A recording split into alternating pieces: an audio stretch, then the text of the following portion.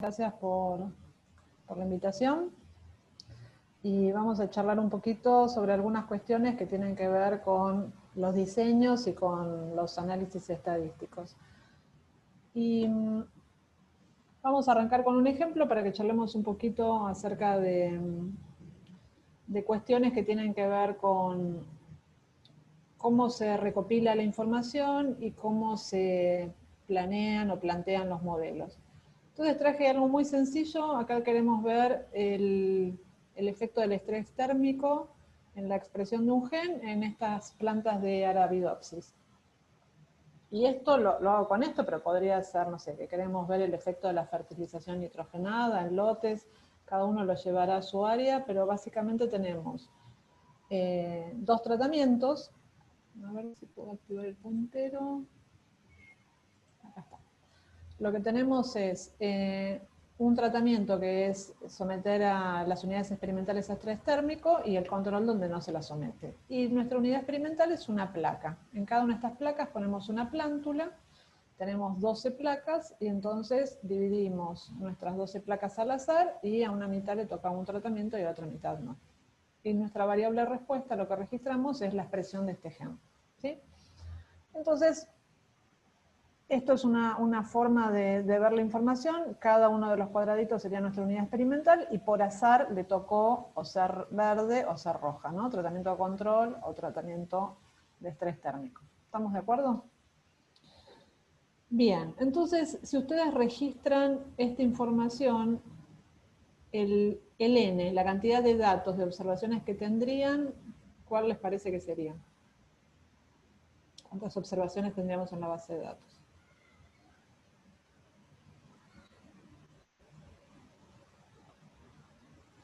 A ver, ahí está el chat. Tenemos, bueno, ahí tenemos alguien que dice 6 y alguien que dice 12. ¿Qué dicen? Perfecto, ganó el 12. Tendríamos 12 observaciones en tratamiento. ¿Estamos de acuerdo? Bien, y para registrar eso en la base de datos, recuerden, uno tiene en general la tendencia a registrar tipo en Excel, entonces en una columnita pondría control, y en otra con estrés térmico, perdón, y otra sin estrés térmico, pero la lógica para los análisis estadísticos con paquetes desde Infostat o R es otra y es una variable por columna. Entonces, pregunto, para pensar en la base de datos, ¿cuántas variables identifican en este ensayo?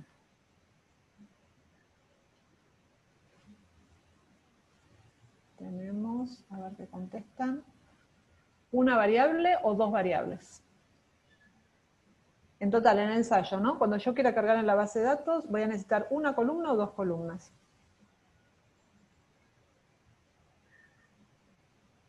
Si tengo una sola columna, como dicen varios, en esa columna, ¿qué pondría? Pondría solamente la variable de respuesta, no o sea, la expresión del gen. Pero cuando tenga esos números no voy a saber a qué tratamiento corresponden. Entonces sí o sí necesito otra columna que me diga el tratamiento. ¿Se entiende? O sea que nuestra base de datos tiene que tener dos columnas, pero esas dos columnas no son una que diga control y otra que diga con estrés, sino que una columna es tratamiento, exacto, ahí está Karina, capaz yo no lo pregunté bien, pero tendríamos una columna que diga tratamiento, que sería con y sin estrés térmico, y otra columna que diga la variable de respuesta, que en este caso es el nivel de expresión. Y esa base de datos, como dijimos antes, debería tener 12 líneas. ¿Vamos bien hasta ahí? Entonces pregunto, ¿qué dicen acerca de la independencia de las observaciones? Todos nuestros test, todas las pruebas que tenemos, arrancan con observación muestreo aleatorio y observaciones independientes. Entonces, Paula dice que son independientes. Perfecto. ¿Estamos todos de acuerdo con que son independientes? Es decir, sí, perfecto. ¿Y coincidencia? Todos son independientes, quiere decir que yo tengo todas plaquitas separadas, por lo tanto, el valor de expresión que observo en una plántula no me genera, no afecta de ninguna manera, no se asocia, no me da información acerca de lo que va a pasar en la placa de al lado. Genial. Bueno, entonces, acá, esto es para entender cómo sería nuestra base de datos, de 1 a 12 líneas, los tratamientos con ISIN y el nivel de expresión. ¿Sí? Yo acá le puse placa, pero la verdad que esta información no va a participar del análisis. Y fíjense que de cada placa tenemos entonces una única observación. Bueno, y si tuvieran que analizar estos datos, ¿qué test usarían? Vamos a suponer que la variable respuesta se comporta en forma normal para cada tratamiento. Entonces, a ver qué dicen.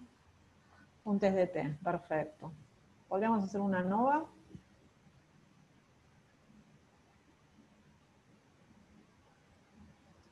Sí, exacto. Podríamos hacer una ANOVA, y una ANOVA de un factor sería exactamente lo mismo que hacer un test de T para muestras independientes. Daría el mismo resultado, perfecto. Bueno, están re bien. Vamos a otra situación.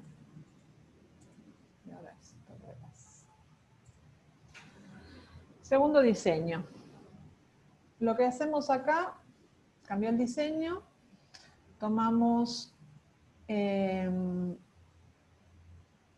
armamos dos placas, día 1, ¿no? Día 1 tomo dos placas. En cada placa pongo una plántula y, entonces acá tengo el experimento 1, hoy lunes. Entonces, en esta placa, tengo las dos, tiro la moneda y acá me tocó control y acá me tocó tratado. ¿Sí? Y después lo vuelvo a repetir, otro día. O lo vuelvo a repetir en otras condiciones, o lo vuelve a hacer otra persona. ¿Se entiende? Entonces esto lo termino, esta situación de un control y un tratado, lo repito en total 6 veces con distintas condiciones ambientales, de buffer, de cultivo, de operador, de lo que fuera. ¿Sí? Bueno, ¿qué información debería tener en la base de datos para dar cuenta de este estudio? ¿Cuántas columnas?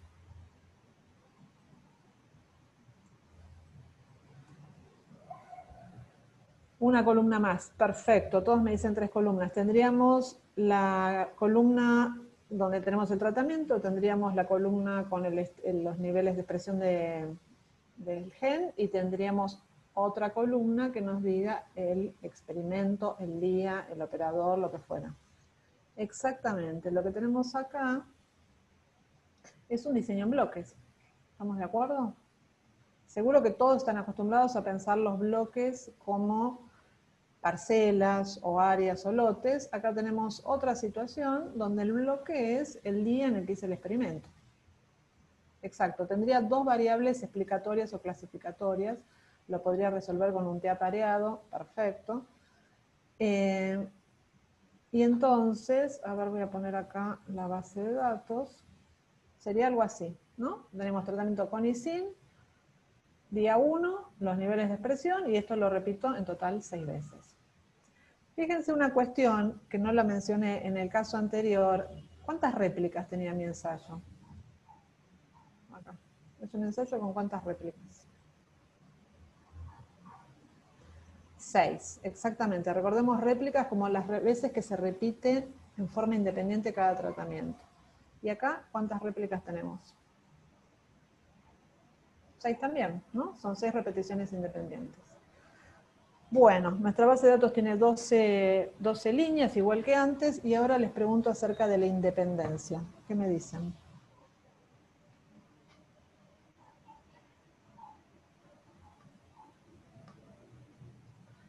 Réplicas en el tiempo, ¿sí? Pero a ver, ¿es todo independiente? A ver, ¿dónde podemos hablar de que hay independencia y dónde tal vez no? Lo que ocurre acá. Muy bien. Lo que está pasando en el mismo día, esto no es independiente, porque si ese día justo el buffer, yo me equivoqué y estaba mal el pH, va a afectar por igual a los dos. Si ese día la temperatura en el laboratorio era muy alta, las reacciones van a estar afectadas por igual, ¿sí? O sea, entonces, adentro de un bloque no tenemos independencia, pero sí tenemos independencia entre bloques. Por eso decimos que tenemos 6 réplicas, 6 repeticiones independientes. ¿Están todos de acuerdo? Entonces, tenemos un diseño de bloques al azar, pero ahora yo no puedo ignorar la falta de independencia dentro del bloque. ¿Por qué? Porque estas dos unidades comparten información y por lo tanto sus resultados de alguna forma están apareados. ¿Cómo resuelvo esto estadísticamente? ¿Tratamiento anidado en bloque? No, el tratamiento está cruzado con el bloque, porque en cada bloque hago los dos tratamientos. ¿Sí? Entonces, en cada bloque, que es el día, aplico los dos tratamientos. Y hay un solo tratamiento, por lo tanto, esto es un... ¿Qué diseño es esto?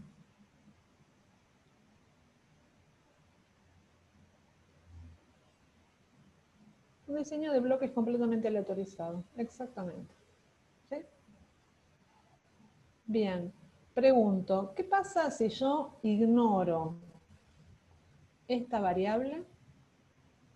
No le doy bolilla y me quedo solamente con tratamiento y la variable respuesta y hago un test de T de muestras independientes.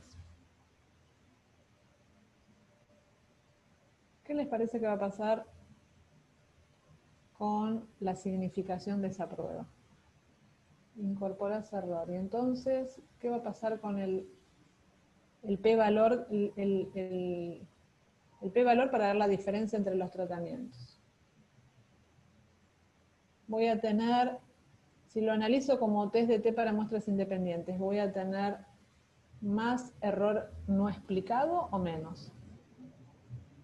Perfecto, están re bien, exacto, voy a tener más porque fíjense que yo acá, más error de tipo 1, porque el efecto ambiente que lo estoy incorporando en mi modelo al incorporar el día, o sea, yo puedo explicar por qué este día todo dio más alto que este otro día, porque eran días distintos y acá la temperatura era mayor, o porque acá dio todo más bajo, porque el pH estaba mal en la solución. Esa variación, esa fuente de variación explicada por los experimentos, si yo lo ignoro, si no meto esto, eso va a parar el error. Entonces vamos a tener un diseño con más error y por lo tanto los intervalos de confianza van a ser más anchos y los p-valores van a ser más altos. Voy a tener menos capacidad, menos potencia. No es error alfa, ojo, lo que me va a pasar es que va a aumentar el error de tipo 2, más falsos negativos. ¿Se entiende? Entonces acá ignorar la falta de independencia entre mis observaciones me juega en contra en el sentido de que voy a tener un ensayo menos potente. ¿Lo ven? Bueno, la normalidad no tiene nada que ver. La normalidad tiene que ver con esta parte de acá, con la de la variable respuesta. Yo lo que estoy viendo acá es que en mi modelo, si no incorporo el día, el bloque, lo que fuera, toda la variación generada por el día va a parar a la porción no explicada. Eso no debería tener que impactar en la distribución de los errores, pero sí en el monto, en la cantidad. Voy a tener más error, numéricamente. ¿Sí? Bueno, ¿vamos bien? Vamos al diseño 3. Acá, de nuevo, partimos con 12 placas, pero en cada placa pongo 3 plantitas, 3 plántulas, ¿no? Y después sorteo las placas, ¿no? Entonces me tocan 6 placas en un tratamiento, 6 plántulas en el otro. Y después mido el nivel de expresión, pero lo mido en cada una de estas plántulas. ¿Sí? Bueno, entonces pregunto, ¿cuántas variables pondríamos en la base de datos?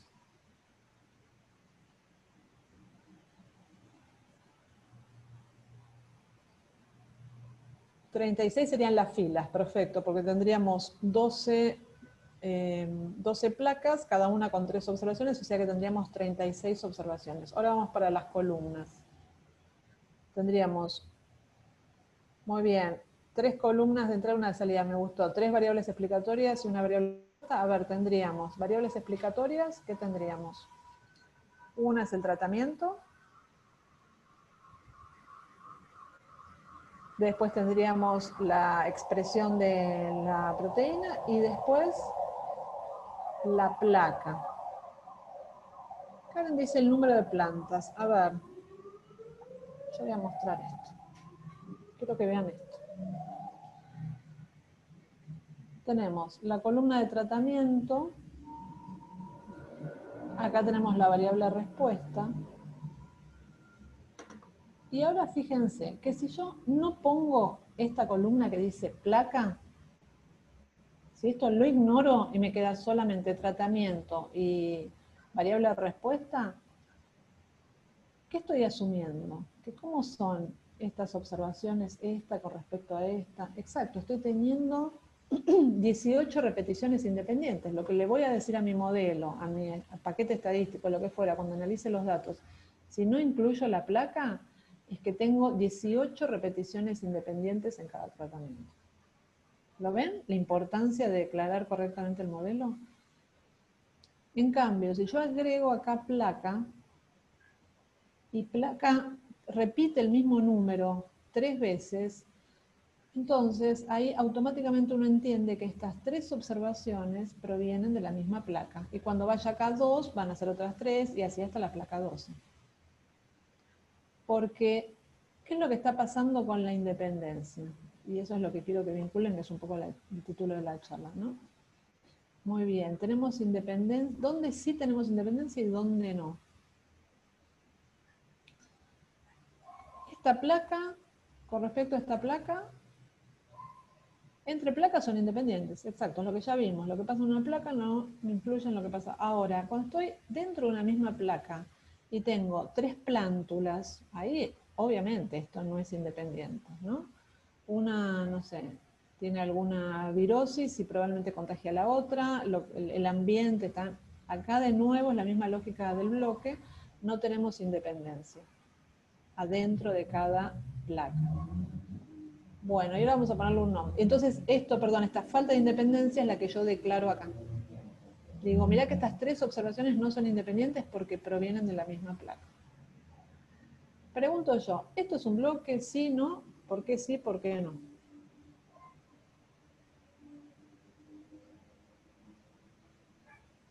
Bernardo dice que no es bloque. ¿Por qué no? ¿Qué tiene que pasar en un bloque? Muy bien, el bloque, en un bloque, tenemos que tener todos los tratamientos, o al menos la mayoría, podemos tener un bloque incompleto, pero digamos, el bloque tiene que estar cruzado con los tratamientos. Miren lo que pasaba acá. En cada bloque, cada experimento, teníamos los 2 tratamientos. En cambio acá, en cada una de las placas, tenemos un solo tratamiento. O sea, el tratamiento se asignó a la placa. Exacto, esto es un muestreo y esto se conoce como un diseño anidado, que alguien lo dijo por ahí. ¿Sí? El anidado, ojo, no es estos 3 anidados acá, sino que la placa está anidada en el tratamiento. Porque a cada placa le corresponde un único tratamiento. ¿Sí? Es esto de sacar sus muestras. Son las réplicas técnicas que se le dicen también. ¿Sí? Ahora, si yo pregunto, ¿cuántas réplicas tengo en este ensayo? ¿Cuántas réplicas por tratamiento? ¿Qué me dicen? 6, exactamente. Aunque tenga 18 datos que corresponden al CINES 3, seguimos teniendo 6 porque hay 6 repeticiones independientes para cada tratamiento. Muy bien, entonces esto es un diseño anidado. Y de nuevo, acá, igual que en el caso del bloque, hay falta de independencia entre las submuestras. ¿Sí? Bueno, ¿vamos bien? Entonces, vamos a ir a este otro, que tenemos de nuevo nuestras 12 placas, 6 y 6, una sola plántula, volvemos al primer diseño, acá metí una única plántula, pero le voy midiendo la expresión sucesivamente, en distintos tiempos, ¿sí? Lo mido, no sé, al mes 1, al mes 2 y al mes 3. De la misma plántula. ¿Sí? Imagino, no sé, saco una hoja, no importa la cuestión metodológica, pero tengo varias observaciones a partir de la misma plántula. Bien, ¿cuántos datos va a tener mi base de datos? ¿Cuántas líneas? 36, perfecto. ¿Cuántas columnas? Vamos a pensar. Vamos a tener una columna de tratamiento, ¿Qué más? Bernardo ya dijo 3. A ver, tratamiento, ¿qué más? La variable respuesta, vamos bien. El tiempo, perfecto. ¿Y ya está?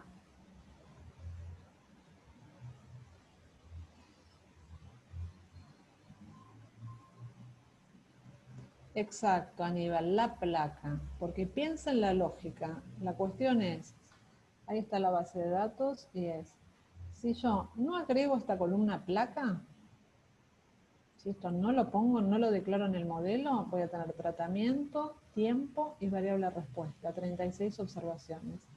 Entonces, lo que va a interpretar el análisis, si no pongo la variable placa, es que este dato se sacó de una placa, y este otro se sacó de otra, y este de otra.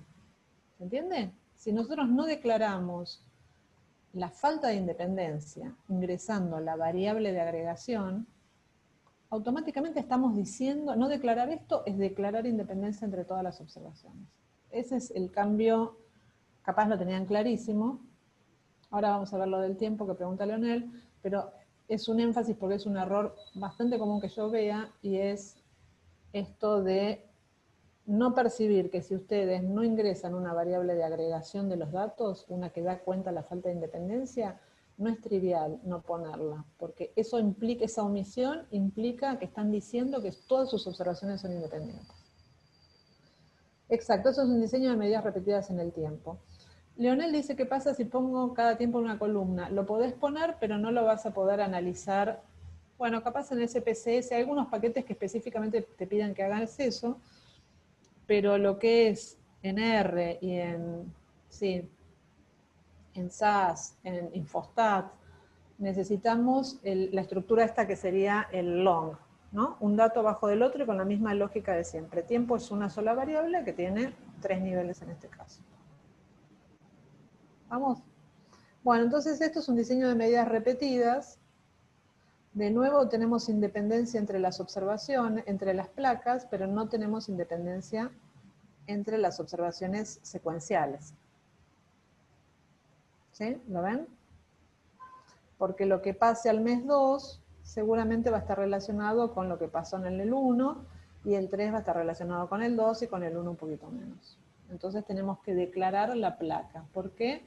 Porque estas 3 observaciones provienen de la misma placa. Bueno, y este es un diseño de medidas repetidas en el tiempo. También podría modelarse como diseño de medidas repetidas en el espacio. No sé, tengo una planta y mido, no sé, la cantidad de semillas al metro, a los 2 metros, a los 3 metros. Está planteado acá como tiempo, pero puede aplicar también espacialmente. Bueno, y vamos a ver uno más. Acá tenemos 12 placas. Ay, perdón, y una cosita más quería decir. Si ustedes acá tienen que pensar en un modelo, podemos pensar en una ANOVA, por ejemplo, ¿no?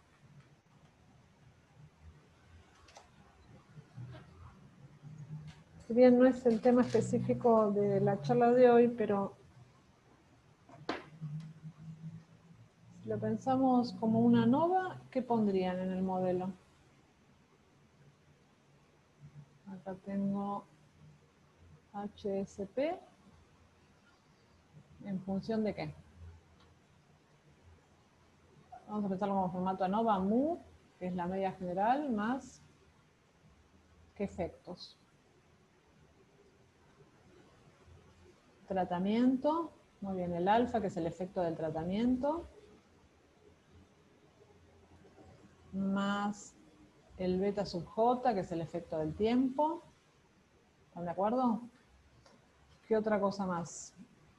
Tratamiento y tiempo están cruzados. Acuérdense, parecido a lo de los bloques, es decir, todos los tratamientos se evalúan en todos los tiempos. Por lo tanto, muy bien. Le agregamos la interacción, alfa, beta y j, que es la interacción. Y si yo lo termino acá, y agrego el epsilon, el error, eso es lo que yo les estoy diciendo. Acá estamos declarando que todo es independiente y sabemos que no es cierto. Entonces, ¿qué necesitamos? Necesitamos ingresar esta variable, la placa. ¿Sí? Entonces, no sé, no importa la letra, yo le voy a poner como C sub K, que es el efecto de la placa que está anidada en el tratamiento y que está cruzada con el tiempo, y después el error. ¿Sí? ¿Estamos de acuerdo? Pero es importante esto, que sepan que el diseño tiene que tomar en cuenta esta variable. Yo lo dije ahora acá, pero la misma lógica va a ser cuando planteemos el modelo para esto, ¿no? Vamos a tener el tratamiento, pero también tenemos que agregar la placa. Si no agrego la placa, estoy diciendo que todo es independiente. Y lo mismo acá, tengo que agregar el bloque. ¿Sí? Entonces, estamos viendo que cuando tenemos falta de independencia, necesitamos declarar en el modelo al menos una variable adicional. Bien, entonces estábamos en este. Acá se vieron dos grupos, como siempre, 6 y 6. Y ahora, de cada plántula sacamos 2 hojas. Y a una hoja la incubamos con un agente y la otra con un inhibidor, no importa, y después medimos la respuesta. Entonces, ¿cuántos datos va a tener en total nuestra base de datos? ¿Cuántas líneas? 24. ¿Están todos de acuerdo? Porque son las 12 placas y de cada placa sacamos 2 datos, 24. Bárbaro. ¿Qué columnas? ¿Qué variables explicatorias? Bien, Julián ya se dio cuenta, se sumó un tratamiento, es decir, que vamos a tener el tratamiento con estrés térmico, que va a ser una columna, con y sin, y después vamos a tener el tratamiento con el agente. ¿Están de acuerdo? Con y sin. Ahora, y después la variable respuesta. Ahora, si yo declaro simplemente eso, tratamiento con estrés, tratamiento con agente y mi variable respuesta, estoy asumiendo que las observaciones son independientes. ¿Y es así? La placa, exactamente. Tenemos que declarar la placa porque lo que estamos viendo es que acá no vamos a tener independencia. Al menos no vamos a tener el mismo nivel de independencia que lo que pasa en esta placa con respecto a esta otra. Exacto, tenemos que declarar la placa. Entonces, esa sería nuestra base de datos y nuestro modelo, acá, de nuevo, cuando medimos HSP, bien, es un diseño de parcelas divididas, exactamente. Tendríamos el tratamiento térmico, tendríamos el tratamiento con el agente. Pregunto, ¿están cruzados estos dos? ¿Todos los tratamientos térmicos se midieron con y sin agente? Sí, por lo tanto, ¿qué le vamos a agregar acá? La interacción, perfecto. La interacción tratamiento térmico con agente.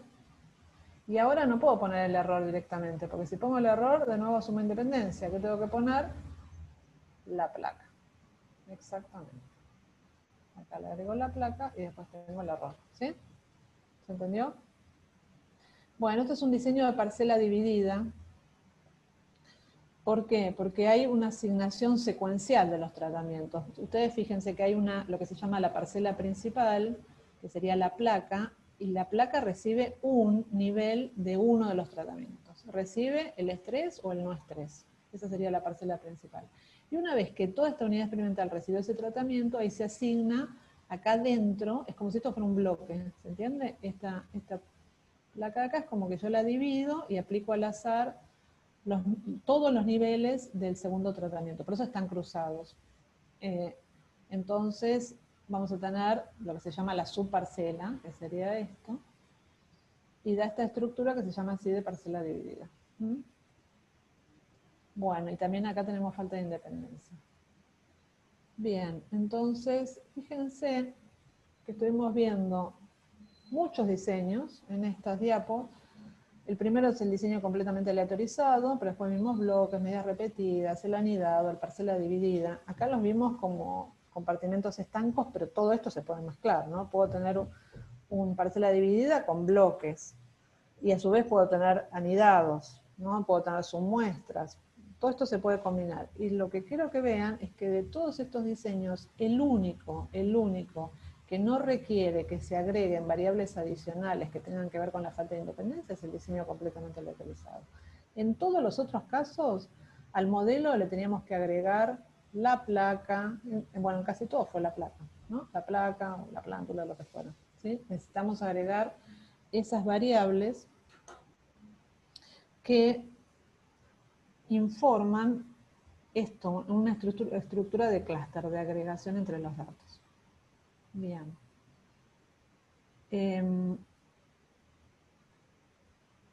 Todas estas variables que estuvimos charlando, teníamos la variable respuesta y las variables explicatorias. Y fíjense que las variables explicatorias fueron el tratamiento térmico, después apareció el tiempo, después tuvimos el tratamiento con agente.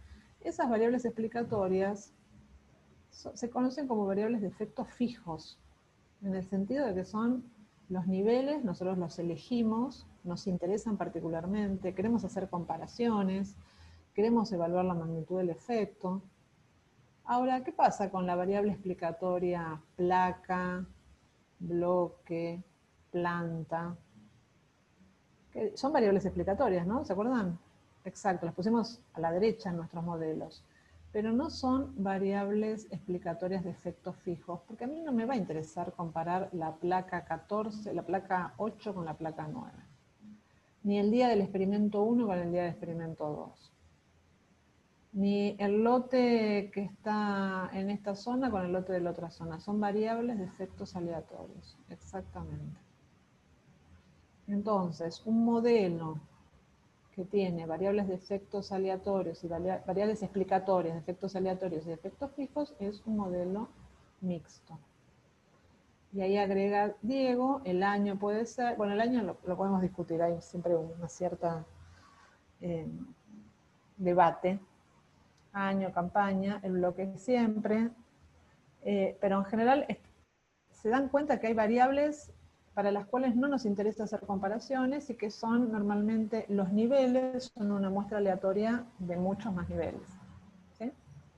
Entonces eso es un poco lo que quería que charlemos. Todos estos modelos mixtos tienen algún nivel de agregación de los datos, lo que estuvimos viendo acá. Eso implica que vamos a tener que modelar de alguna manera una estructura de correlación. Los datos no son independientes, entonces hay correlación adentro del bloque, adentro de la parcela, entre las mediciones en el tiempo.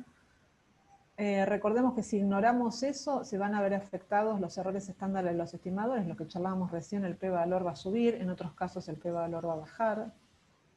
Y lo que tenemos que hacer entonces en nuestro modelo es declarar esa correlación. Y eso, tal vez ya muchos de ustedes tienen experiencia con los modelos mixtos, pero para los que no tienen es muy sencillo ajustar modelos mixtos, o sea, modelar esa falta de independencia.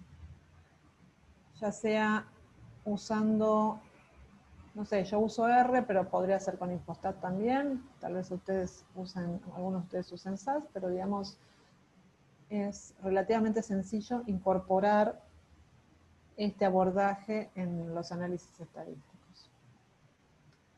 Bueno, ¿vamos bien hasta acá? ¿Alguna duda? Alguien te pregunta, hay una pregunta que dice si el bloque siempre es aleatorio. No necesariamente, casi siempre te diría que sí. Yo en principio lo pensaría el bloque como aleatorio. Cuando lo he usado como fijo, cuando tengo muy pocos bloques y cuando por la naturaleza del ensayo es como que realmente no hay mucho más para extrapolar. Y entonces son dos condiciones bastante concretas, 2 bloques, 3 bloques, entonces en esos casos lo he tomado como fijo, pero si no, naturalmente el bloque es aleatorio. ¿Sí? Y el tema del año, decía que es polémico, porque si uno, no sé, tenés un proyecto y entonces estás haciendo una secuencia de medir en 3 años, en 3 campañas. No sé hasta qué punto podemos decir que esas 3 campañas que fueron secuenciales y que fue en el periodo donde yo tuve, no sé, el subsidio, el proyecto, lo que fueran, pueden considerarse una muestra aleatoria de todas las campañas que fueron y que van a venir. ¿Se entiende? Ahí está la discrepancia de los que dicen que el año debería ser considerado como un factor fijo. Perdón, la duda está en qué medida yo determino el año o impongo el tratamiento año. Ya no sé, por ahí es un error conceptual. Pero en cultivos agrícolas y en redes es muy común analizar varios años. Y bueno, siempre está esa duda. Bueno, el año no es como un efecto observacional, ¿no? En el sentido de que no hay un tratamiento, pero el año viene con un paquete de cuestiones propias y específicas. Y el punto es, la discusión es en año, a veces también en localidades, es si modelarlo como fijo aleatorio. Sería eso. Entonces, modelarlo como fijo implica que mis conclusiones se van a acotar específicamente a esos 3 años, esos 4 años. Sí. ¿Se entiende? No puedo hablar ni de antes ni de después. Si la variedad tal fue la mejor, concluí en base al análisis de esos 3 años, concluí que la variedad A fue la mejor, no sé, no podría afirmar eso para años anteriores ni posteriores, estadísticamente, ¿no? Uno puede decir, bueno, pero podría como investigador considerar, pero formalmente no me sirve para inferir más allá de los años que participaron de la muestra. Eso es como fijo. Si lo pongo como aleatorio, entonces considero medio fantasiosamente que esos 3 años se eligieron al azar. Se eligieron, no que se asignaron, se eligieron al azar de un montón de años posibles. Elegí al azar 3 años para hacer mis ensayos y por lo tanto mis conclusiones no se restringen específicamente a esos 3 años, sino como cualquier lógica de muestreo aleatorio, ¿no? A toda la población de la que se sacaron. Bien, de acuerdo. Ahí Belén dice que uno no está interesado en hacer comparaciones entre los años. Es cierto, pero los detractores, los que dicen que años fijos, dicen, bueno, pero trabajarlo como aleatorio te habilita a que hables de campañas anteriores y posteriores, y eso la verdad que no tiene demasiado sustento. Yo en general soy de la idea de poner el año como aleatorio, y básicamente por una consecuencia que tiene ponerlo como aleatorio. Mismo modelo, mismos datos, el año como fijo y el año como aleatorio. Sí. Ponerlo como aleatorio genera que los errores estándar sean mayores. Por esta lógica de que yo quiero inferir sobre una población mayor. Sí. ¿Se entiende? Entonces los p-valores, la magnitud de efecto van a ser ligeramente, van a estar como atenuados. Si pongo el año como aleatorio. Es decir, que estoy pagando un precio para poner el año como aleatorio, ¿no? Uno siempre quiere encontrar diferencias, y ponerlo como aleatorio me juegan en contra en el sentido de que todo va a estar más atenuado. Entonces esa podría ser una buena justificación de, yo quiero encontrar diferencias, pero lo pongo como aleatorio y aún así las encuentro, entonces son más consistentes mis resultados. De acuerdo. ¿Sí? ¿Estamos? Bueno, acá traigo esto para verlo un poco más cuantitativamente, a ver qué les parece este ensayo. Queremos ver el efecto del pastoreo sobre bancos de semillas de un pastizal. Se eligieron 10 potreros de 1 hectárea cada uno y se asignaron al azar, de nuevo, a 2 tratamientos. Uno régimen de pastoreo y otro régimen de clausura de ganado, ¿no? 5 potreros por tratamiento, y a los 5 años, en cada potrero elegí 10 puntos al azar, y en cada uno de esos 10 puntos saqué una muestra de suelo y ahí medí biomasa de semillas. ¿Estamos bien? Bueno, entonces, ¿cuál es la variable de respuesta acá?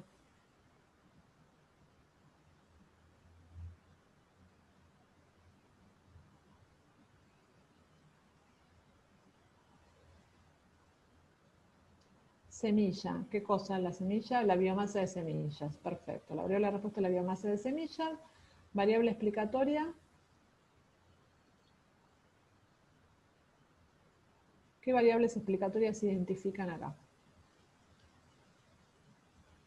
Régimen de pastoreo, muy bien. Entonces una columna va a ser régimen de pastoreo, que va a decir con pastoreo o con clausura. Muy bien. Otra columna va a ser la de las semillas. Años no, porque solamente mido al cabo de los 5 años. Tiempo tampoco, no hago una medición año por año. Dice, pasaron 5 años y ahí fui y medí. ¿Sí? Así que el tiempo no. Pero Carla dice el potrero. Exactamente. ¿Por qué tenemos que pensar de incluir al potrero? Muy bien, porque tenemos un submuestreo, ¿no?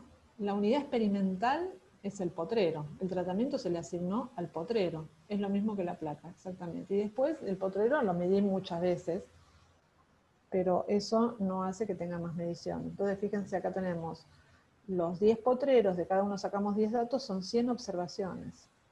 Tenemos 100 observaciones, pero no, las 100 observaciones no son independientes. Entonces, esta es la base de datos, ¿ven? Y tenemos que dar cuenta del potrero. El potrero que va de 1 a 10. Ahora, la variable potrero, la variable de tratamiento es fija. La variable potrero, ¿me interesa comparar potreros? Es una variable de efectos aleatorios, ¿están de acuerdo? Entonces, con esto, les quiero mostrar qué pasa si yo me hago lautaria y digo, los potreros ni los considero y hago un test de T clásico, ¿no? ¿Ven? Entonces tengo 50 datos de clausura y 50 datos de pastoreo, que es lo que está planteado acá, 50 y 50. La media me da 6 gramos de semilla en un grupo y 9 gramos de semilla en el otro. Y con esto hago un modelo, una ANOVA de un factor, un test de T. Lo mismo de siempre, yo lo hice en R.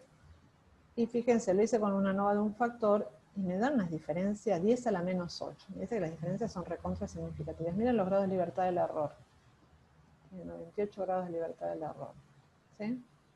Porque ¿qué estoy con este modelo ingresado donde solamente ingresé la variable explicatoria de tratamiento? Estoy asumiendo que cuántas réplicas tengo por tratamiento. 100 en total, son 100 datos en total, pero réplicas por tratamiento, 50. ¿Lo ven? Entonces, lo que estoy haciendo en este caso es distinto a lo que pasaba cuando ignoraba el bloque, ¿no? Porque, ¿qué error estoy aumentando acá? ¿Error de tipo 1 o error de tipo 2?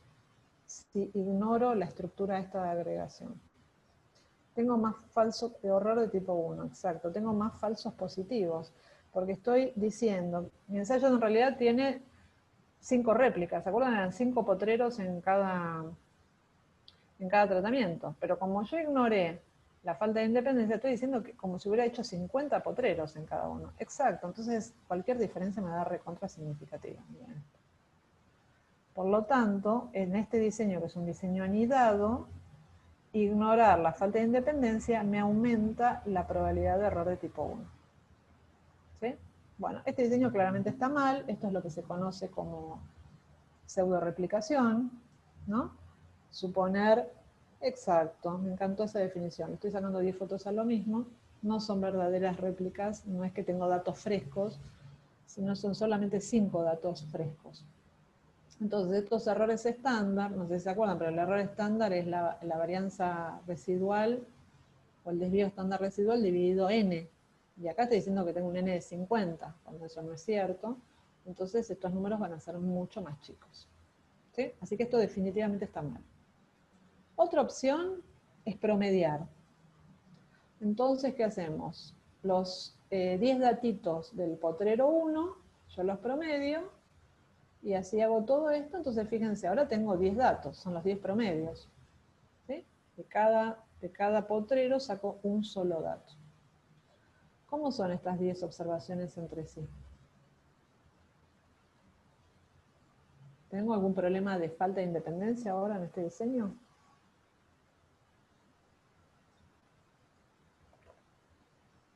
son todas independientes. Ahora sí son independientes, porque, ¿se acuerdan que ustedes me lo dijeron?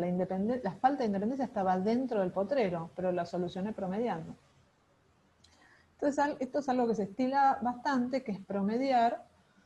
Los números me dieron igual, las medias, fíjense, son las mismas medias de antes. Exacto, los errores estándar ahora son mucho más grandes. ¿Por qué? Porque el n es de 5.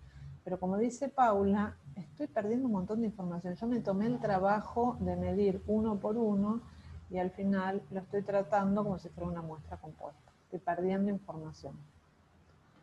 Cuando hago el análisis, miren lo que pasó. El P antes me da 10 a la menos 8 y ahora, no, me da otro número, 0,03, ¿sí? Es decir, y este está bien, este resultado es correcto, esto lo podemos hacer y está bien. Pero yo ahora les quiero contar una tercera opción que es superadora de esta y que va a hacer que no subutilice información, que es un modelo condicional, un modelo mixto, donde a mi modelo, donde tengo la media general, el efecto del tratamiento, le agrego el efecto aleatorio del potrero. ¿Se acuerdan que esto ya lo habíamos visto? Agrego esto.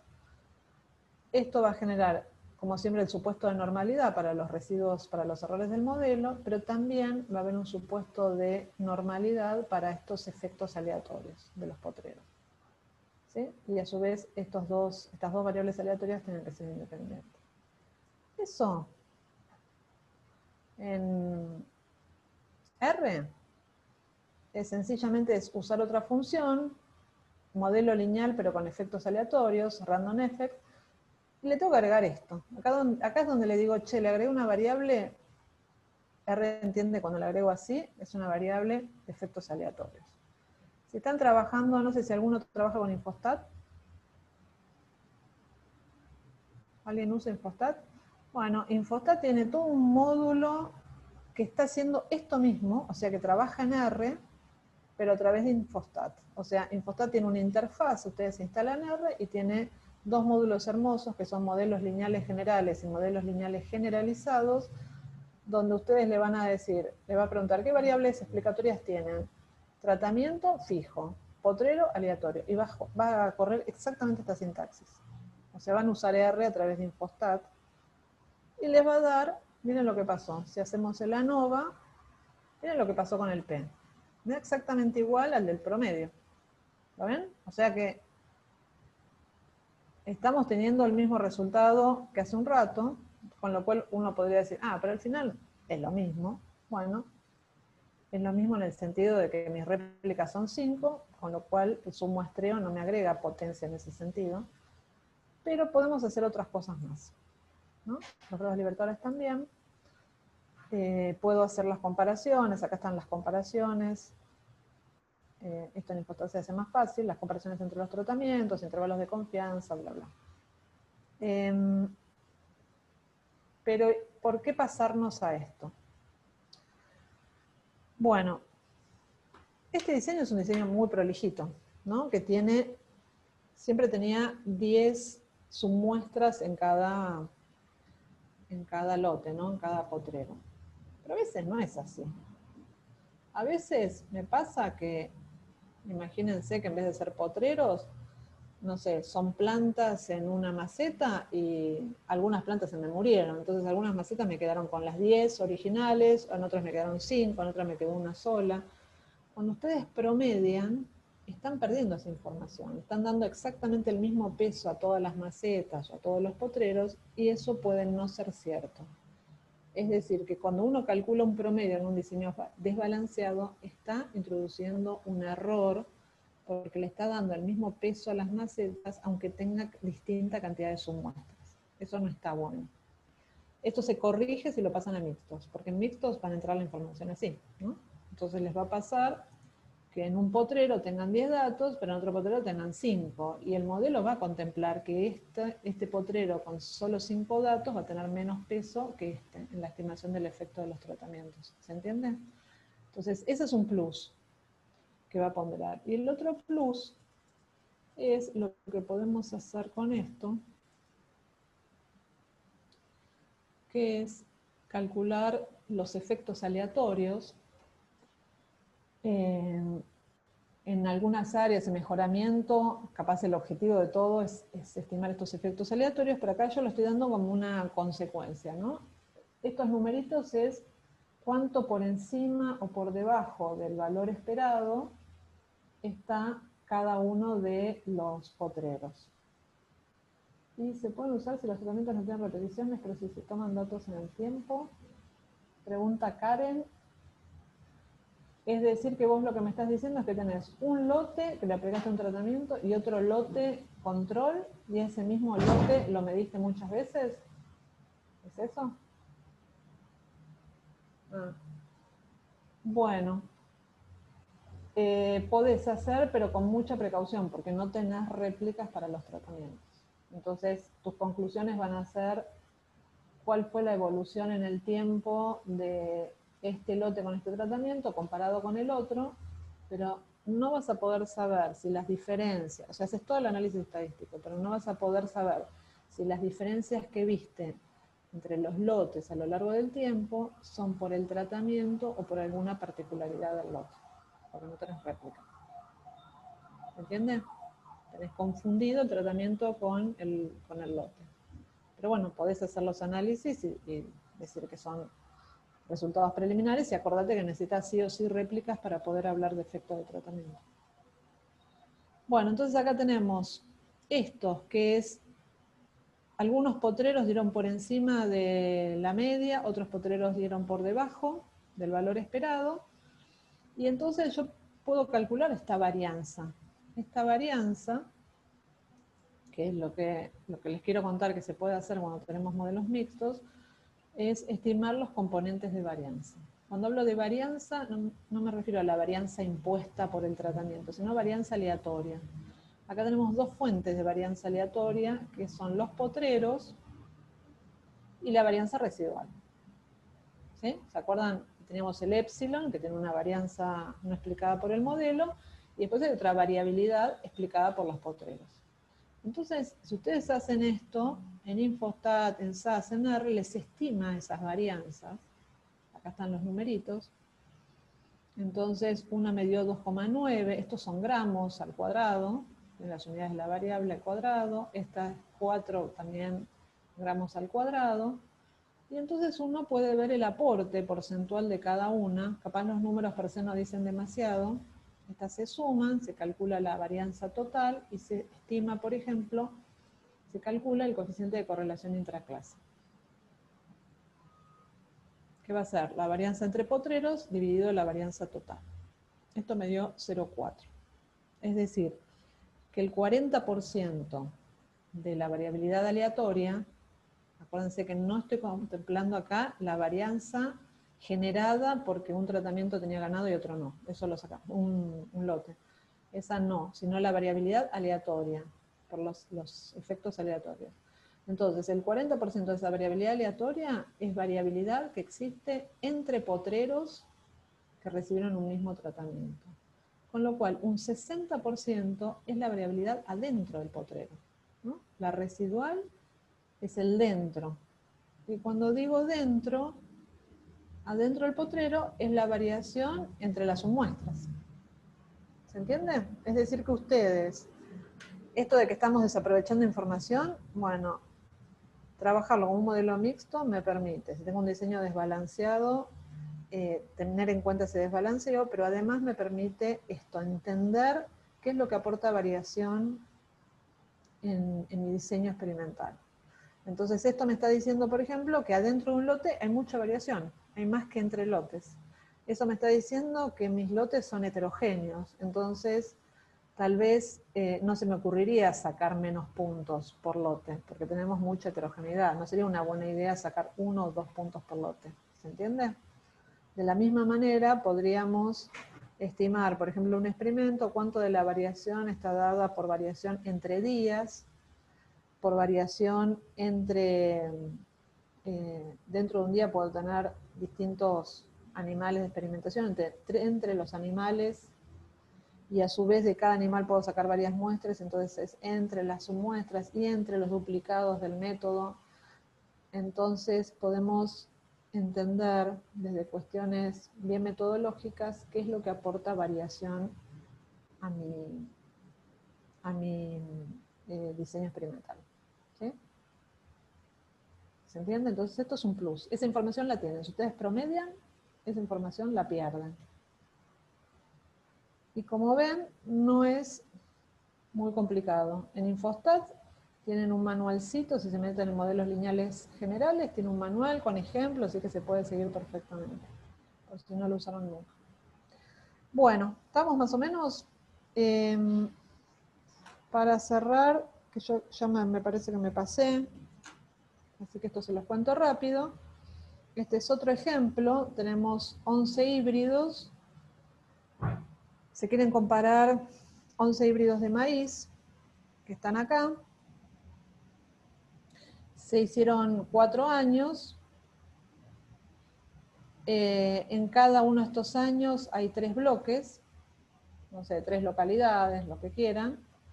Pero ven que el híbrido 1 se analizó solamente en el año 2018. El híbrido 2 en el 2016-2017. Y así. ¿Sí? Entonces tenemos un diseño desbalanceado. Acá dice, ahí veo un comentario, con este desbalanceo, perdón, estoy leyendo el chat.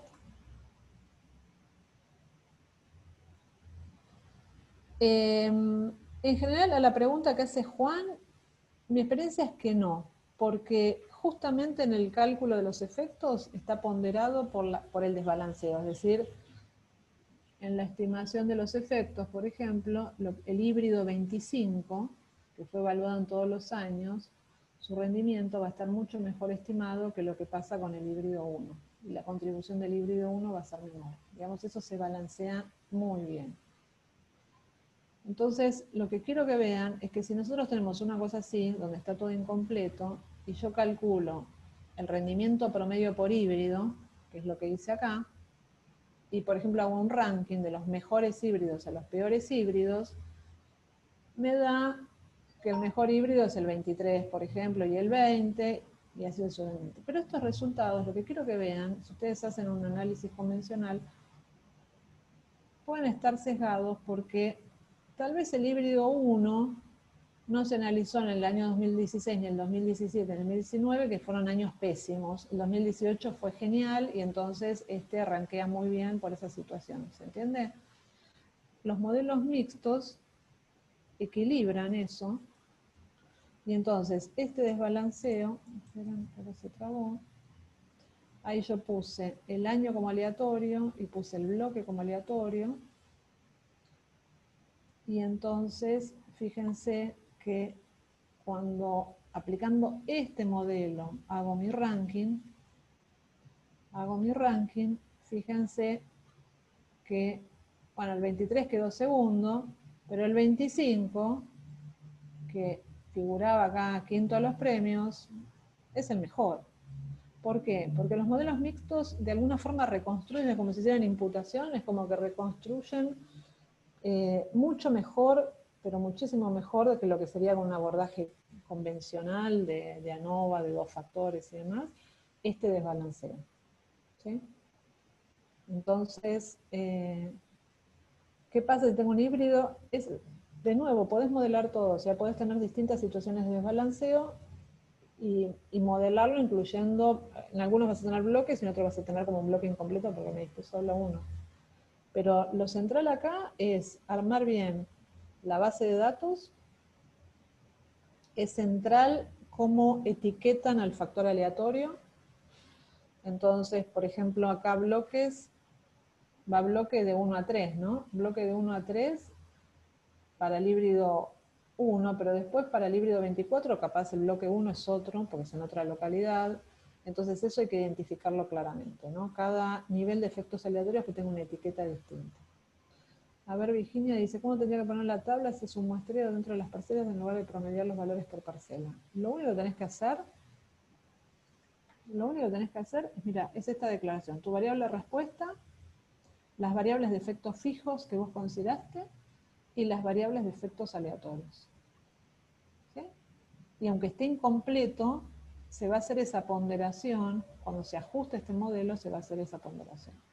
Y en general, anda muy bien, salvo obviamente que tengan, no sé, interacciones triples, o sea, que tengan diseños muy complicados. Cuando digo complicados no digo por muchos datos, sino muchos parámetros para estimar, ¿no? Con muchas interacciones. En Infostat, cuando tengo 2 o más aleatorios, me los anidan. Ah, sí, que te los incluye uno en el otro. Yo eso sabes que lo había consultado una vez. Y si mal no recuerdo, había una forma de solucionarlo para que no lo haga automáticamente. Si querés después, esto es Bernardo, escribime que me fijo porque yo lo había consultado, pero como no uso mucho Infostat ahora, no me acuerdo cómo era la trampita. Sí, Lucas pregunta sobre estimadores, los componentes de varianza, ventajas y desventajas, variables respuesta con su maestría o no dentro de las unidades experimentales. Bueno, para estimar componentes de varianza tienen lo que ya sale por default, ya sea R o Infostat, es máxima verosimilitud restringida. Todo esto que estamos haciendo en modelos mixtos, la forma de estimación no es cuadrados mínimos, sino máxima verosimilitud, pero la máxima verosimilitud le pifia en estimar las varianzas. Calcula mal los grados de libertad, entonces vamos a tener mal las varianzas.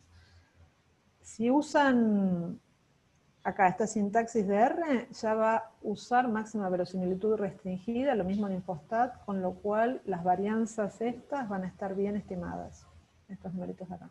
¿Sí?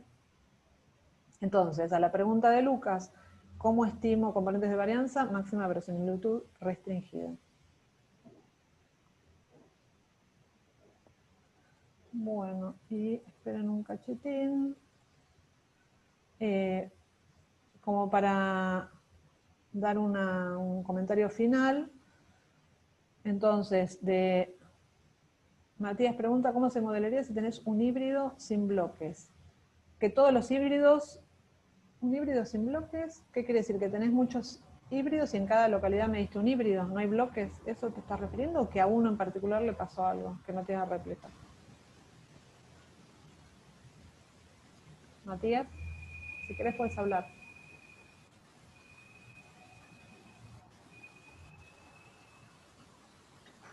Quizás se refiere a que tiene un ensayo, un DCA.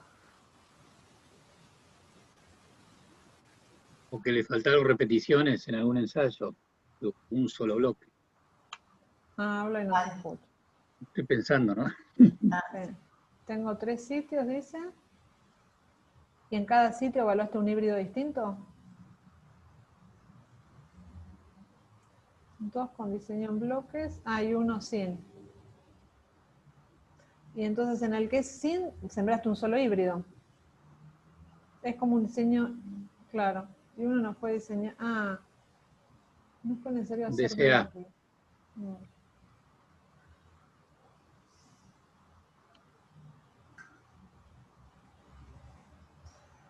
Ahí habría que, no es tan obvia la respuesta.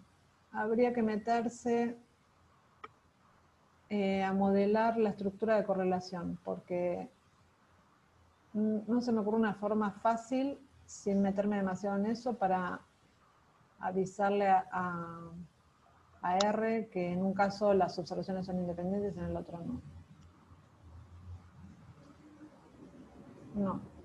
Bueno, igual Adriana no tenés por qué contestar todo ahora. Y lo que yo les voy a pedir a todos los que tengan dudas que no les podamos contestar, porque no todos se pueden contestar, es que las envíen al foro de la plataforma y yo se las voy a hacer llegar a Adriana, que ya no está en la plataforma, pero... ¿sí? Bueno, bárbaro. Entonces, me parece que les gustó Modelos Mixtos, seguramente muchos lo conocían, pero bueno, tiene esta serie de ventajas de la falta de independencia, el tema del balanceo, de calcular los componentes de varianza, de estimar la coeficiente de correlación intraclase, así que todo eso son plus. Acá algunas cositas y acá un poquito de bibliografía.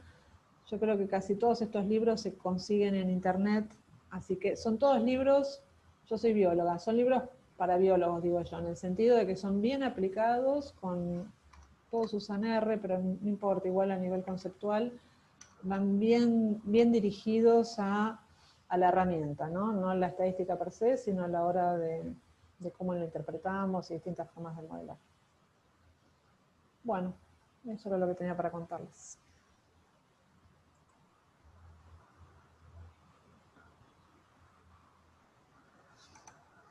Bueno, buenísimo. Muchas gracias. Si quieren abrir los micrófonos, no sé si me escuchan o si quieren abrir los micrófonos y quieren hacer alguna otra consulta. Hola. Hola. Hola, Sí. ¿qué tal? Buenas tardes. ¿Me escuchan bien? Sí, sí. Sí, mira, tengo una consulta. Vos analizás todo sobre una sola respuesta y eso es fácil de analizar. En mi caso, analizamos varias respuestas. Trabajo con pollos y la unidad experimental la usamos como lote, donde hay entre 15 y 20 pollitos y se pesan individualmente todos los pollitos, pero terminamos usando el promedio, que es lo que comentaste vos anteriormente. Me pareció muy interesante el dato este que vos dabas de usar los modelos mixtos para solucionar este problema que muchas veces se nos muere algún pollo en algún lote y todo eso y Tal no lo cual. ponderamos. La consulta es cuando vos tenés peso del animal, que el consumo no lo tenés individualizado, sino que es el consumo del lote dividido el número de animales. No tenemos un consumo individual. Y por ende la conversión tampoco va a ser individual, porque está la unidad experimental acá pasaría a ser del lote, pasamos al pollo para peso y la unidad experimental para consumo y conversión sería el lote. Eso es lo que me hace ruido. Te hace ruido. Vos pensá que, vos dijiste tengo muchas variables de respuesta y está bien y vas a tener un modelo para cada variable de respuesta, ¿no? Estamos viendo estadística univariada.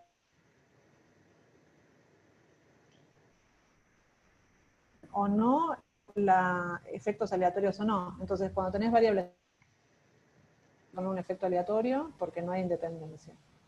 Pero cuando estás modelando lo que pasa con el lote, porque el consumo es del lote, ahí vas a ir a un nivel de efectos fijos, ¿sí?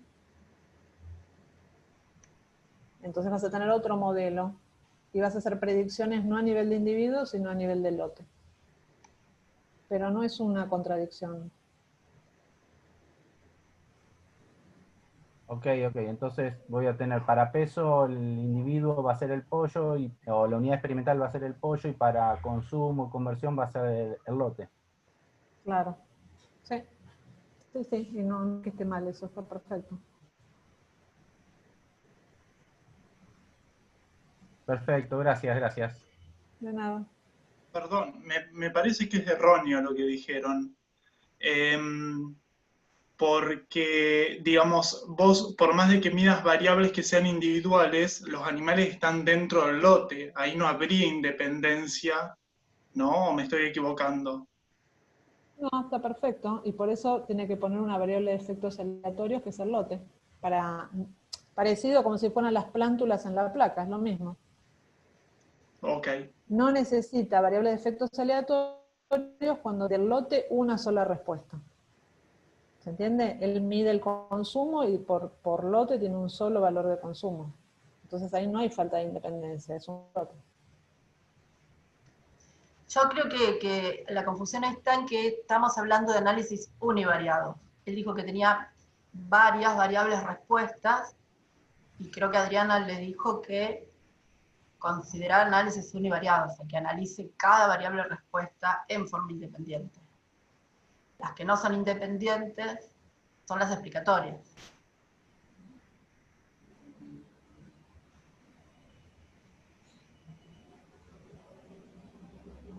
Lucas, ¿te referías a eso? Sí, está bien. Ah, bien. Bueno. Sí, si Bueno, pasamos a un multivariado, la unidad experimental tendría que caer en el lote siempre, ¿verdad?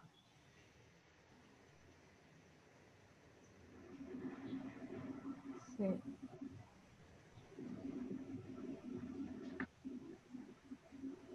Yo me pongo en lugar de Adriana y a veces es muy difícil entender la estructura del ensayo.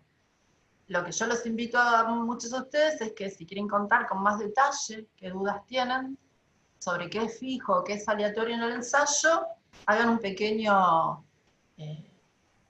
una pequeña descripción y lo envían al foro, entonces lo vamos a ir discutiendo. No es tan fácil a veces darse cuenta de... No, pero me parece que en el caso que planteaba quedó a mí no me quedaron dudas. No sé si a Leonardo le quedó alguna duda, pero...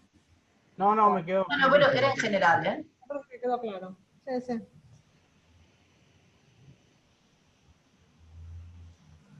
Bueno, ¿alguna otra pregunta?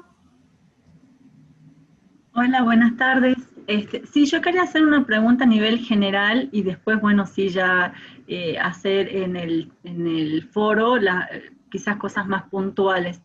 Yo soy extensionista, ¿sí? Trabajo en agencia de extensión en INTA Cafayate, en Salta, y venimos haciendo ensayos de investigación adaptativa, es decir, en la finca de los productores.